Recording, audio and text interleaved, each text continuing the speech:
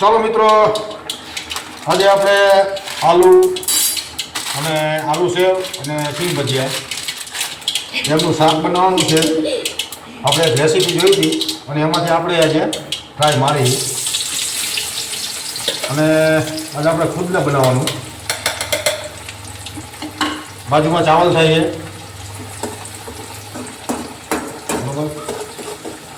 તો તમે આપણો વિડીયો આખો પૂરેપૂરો જોઈજો. હવે કેવું શાક બને આલુ સેવનું સિંગ ભજીયાનું ટેસ્ટિંગ કરી પછી ખબર પડે મિત્રો બરાબર. માટે એક રેસીપી આપણે જોઈ હતી અને આપણે કીધું આપણે હાથે ખુદને બનાવવું છે. છોકરીઓને કીધું તમારે કોઈને બનાવવું નથી, આજે પપ્પા ખુદ બનાવશે અને તમે જોવો બરાબર. અમારા મહેમાન આવ્યા હે જાઓ ના એ નથી બતાવવા મહેમાન આવ્યા એવું નથી બતાવવા પડે. ખાડાના છોકરો આવ્યો હોય એ ફૂઈને ખીચડો દેવા એટલે કીધું ફુવા કે આલુ સેવનું શાક બનાવી દીધું ને એટલે મેં હાલ બનાવવું કીધું એના હાથે.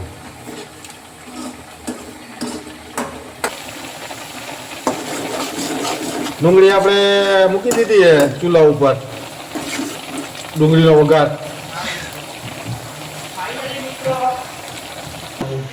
હવે મિત્રો હવે અંદર આપણે ટમાટર નાખી દીધા. શાક બનાવવું છે એક નંબર હો, એમાં કાંઈ ઘટે નહીં.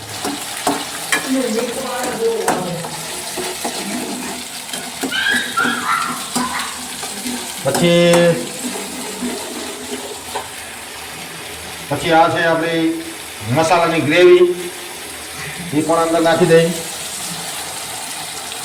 મિત્રો તો તમે આવું જોઈને શીખી જતા નહીં.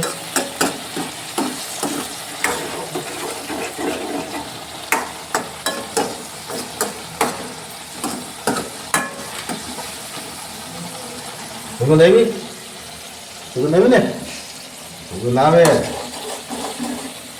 નથી નો લેવો.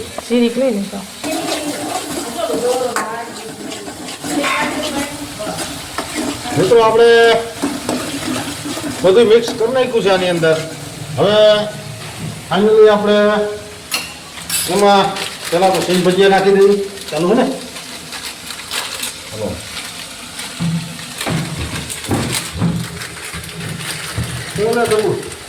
એ નાય સડું સિંગ ભજીયા નાખ્યા. હવે આપણે નાખ્યું એની અંદર આલુ સેવ.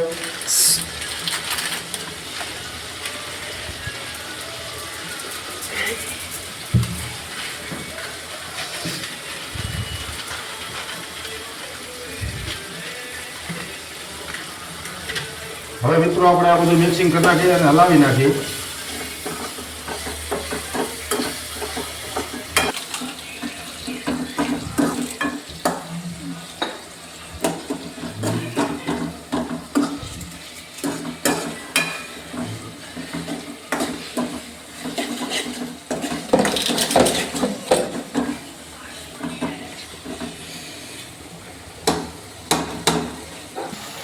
ચાલો મિત્રો, આપણે ફાઇનલી આલુ સેવ અને સિંગ ભજીયાનું શાક કમ્પ્લીટ થઈ ગયું છે. હવે માથે આપણે થોડીક કોથમરી નાખી દઈએ એટલે આપણું કામ કમ્પ્લીટ. Thank you. લાઈક